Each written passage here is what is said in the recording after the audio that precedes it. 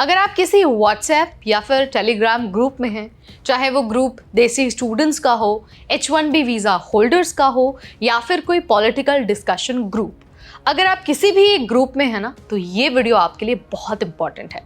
दरअसल यूएस अब आपकी सोशल मीडिया एक्टिविटी को नेशनल सिक्योरिटी का मुद्दा बना रहा है, और अगर उन्हें ये लगता है कि ग्रुप में अगर आपने कुछ पोस्ट किया है या फिर कुछ शेयर किया है और वो सारी चीज़ें, वो सारी बातें अगर एंटी सेमेटिक लगती हैं, तो ना वीज़ा मिलेगा, ना एंट्री मिलेगी, और जो ऑलरेडी यूएस में हैं उन्हें भी डिपोर्ट किया जा सकता है। तो चलिए आपको सब कुछ बता देते हैं, बहुत डिटेल में अच्छे से समझा देते हैं।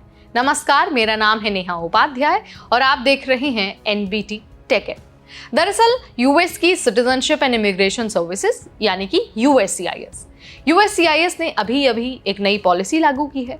अब से वो सभी वीज़ा एप्लीकेशन, चाहे वो एप्लीकेशन स्टूडेंट वीज़ा के लिए हो, ग्रीन कार्ड के लिए हो या फिर किसी वर्क वीज़ा के लिए एप्लीकेशन क्यों ना हो, उन सभी एप्लीकेशंस की जो सोशल मीडिया एक्टिविटी है वो स्कैन की जाएगी।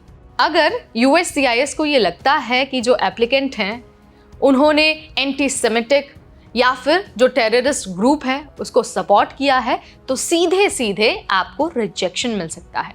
सरकार ने ये बिल्कुल क्लियर कर दिया है, साफ कर दिया है कि हमास, हिजबुल्लाह, पैलेस्टीन और इस्लामिक जिहाद जैसे जो नाम अगर आपकी पोस्ट में या फिर आपके किसी कमेंट में भी दिख जाते हैं ना, तो आपका वीज़ा खतरे में है।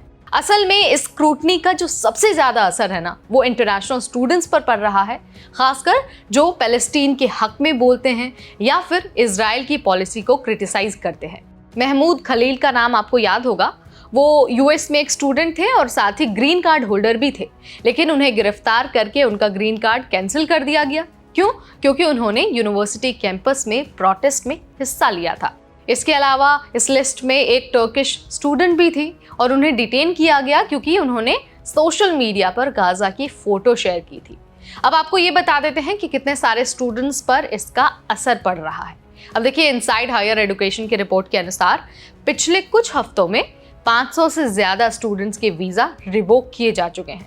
कुछ स्टूडेंट्स का फॉल्ट बस इतना था कि उन्होंने सोशल मीडिया पर इजराइल को क्रिटिसाइज किया था या फिर गजा को सपोर्ट किया था और वहां पर हो रहे वायलेंस पर दुख जताया था।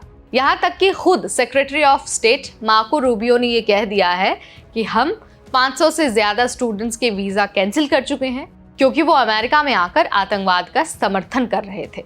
तो आखिर ये जो समर्थन वर्ड है, इसका क्या मतलब है? क्या कोई पोस्ट कर देना, कोई लाइक कर देना, कोई ट्वीट कर देना या फिर कोई फोटो शेयर कर देना आतंकवाद को समर्थन है?